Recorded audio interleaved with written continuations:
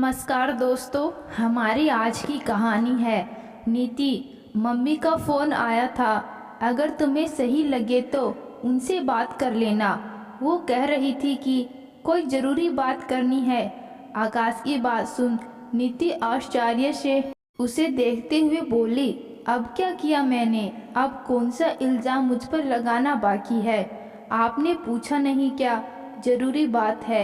मैंने पूछा था लेकिन उन्होंने कुछ नहीं बताया। उल्टा मुझे ही डांट दिया कि जितना उन्होंने बोला है उतना ही करूं।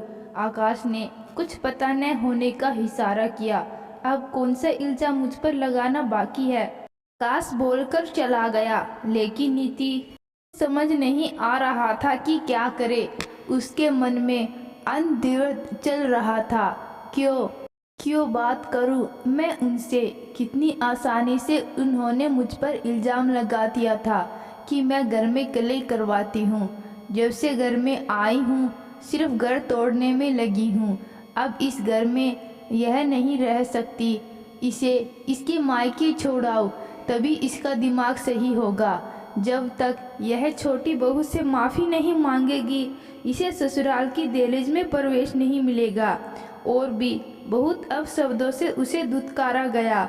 बात है उसके प्यार, समर्पण और विश्वास की जीत थी। तब आकाश ने उसका हाथ पकड़ा और घर की दहलीज छोड़ते हुए कहा, शादी के 7 सालों में इतना तो नीति पर विश्वास कर सकता हूँ कि घर तोड़ने का कोई भी कारण वो नहीं हो सकती। जब इसके लिए घर में जगह नहीं तो मैं भी इसके साथ छोड़कर घर जा रहा हूँ। आकाश की बात सुन नीति ने कसकर उसका हाथ पकड़ लिया और फिर घर की दहलीज छोड़ दी। परिवार ही सब कुछ है। इस संस्कारों से के साथ नीति ने ससुराल में बड़ी बहू के रूप में कदम रखा। जब तक अकेली थी सब कुछ सही था। हर रोज अपनी जिम्मेदारियां बखूबी निभाती।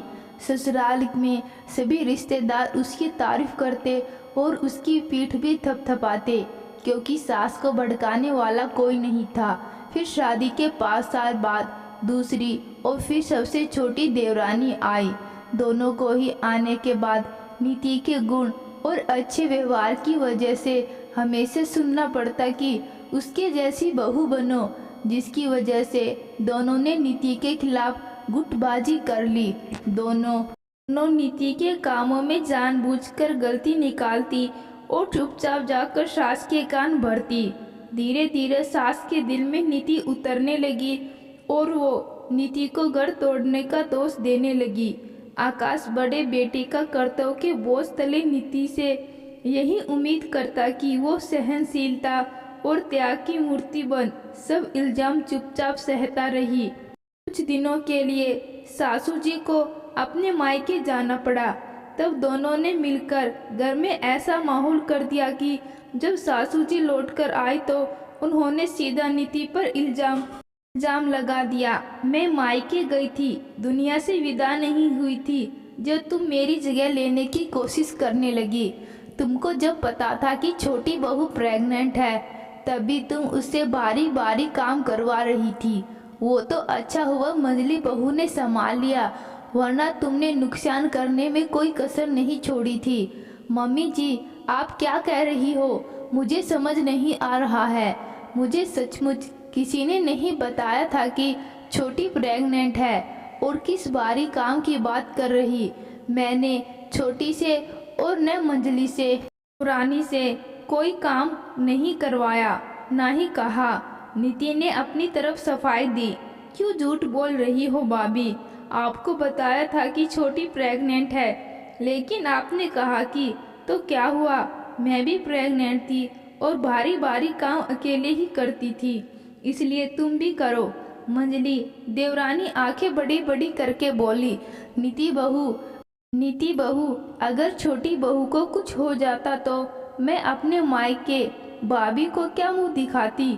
छोटी बहू सासू जी की भाभी की भतीजी है, इसलिए वो उस पर आँख बंद करके विश्वास करती थी। तुम्हारी गलती नहीं है, मैंने ही तुम्हारे नाम के तारीफों के कसीदे ज़्यादा ही पढ़ दिए, इसलिए तुम्हारा दिमाग खराब हो गया है। सासू जी ने आग्न दृष्टि से नीति दहल गई।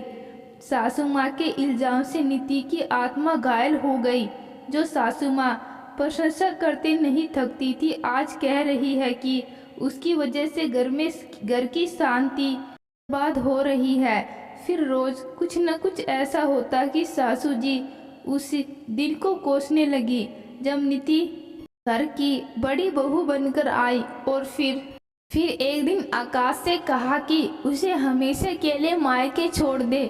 आकाश सब सच्चाई जानता था, इसलिए नीति के साथ उसने घर ही छोड़ दिया। उस दिन भी सासू जी ने उस पर एक और इल्जाम लगाया कि बेटे को माँ से अलग कर दिया। सब इल्जामों के साथ नीति ससुराल से दूर हो गई। आज लगभग 1 साल बाद सासू जी बात करना चाहती है, लेकिन क्यों? ससुराल छोड़ने के बाद उसने उस तरफ मुड़कर भी नहीं देखा। लेकिन उसे रिश्तेदारों और पड़ोसियों से खबर मिलती थी कि दोनों देवरानी अब काम को लेकर आपस में झगड़ती रहती हैं। न समय पर खाना बनता और ना ही अब सासू जी को कोई पूछता। जिस छोटी बहू से नीति को माफ़ी मांगने के लिए कहा गया, उसने सासू जी को खून के आंसू रुलवा दिए। उसने जिस मायके के रिश्ते की वजह का फ़ायदा उठाया था, अब उसी रिश्ते को कुछ नहीं समझती थी। सासू जी ने बिस्तर पकड़ लिया था। नीति ने सासू जी को फ़ोन लगाया। वो रोने लगी और अपनी गलतियों के लिए नीति से माफ़ी मांगने लगी। बहुत बड़ी भूल हो गई जो बारिश को पत्थर समझकर घर से की दहलीज से फेंक दिया। तेरे जाने के बाद सब बिखर गया। तूने घर को बहुत ही प्यार और विश्वास से संभाला था, लेकिन तुम पर ही विश्वास नहीं किया।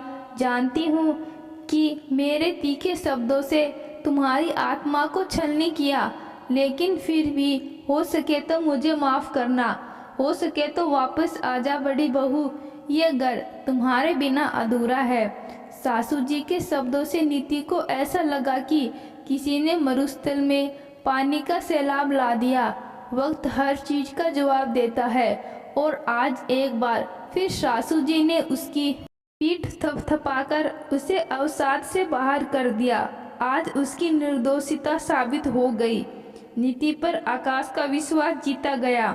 आज नीति ने मन ही मन खुद को सलाम भी किया, लेकिन वक्त जो बीत गया उसे वापस नहीं ला सकते, और कुछ दर्द कभी भूले नहीं जा सकते। दोस्तों, आकाश ने अपनी पत्नी का साथ देकर सही किया था या गलत, कमेंट बॉक्स में ज़रूर बताना। धन्यवाद। कहानी अच्छी लगी, कहानी को लाइक शेयर और चैनल को सब्सक्राइब ज़रूर करें।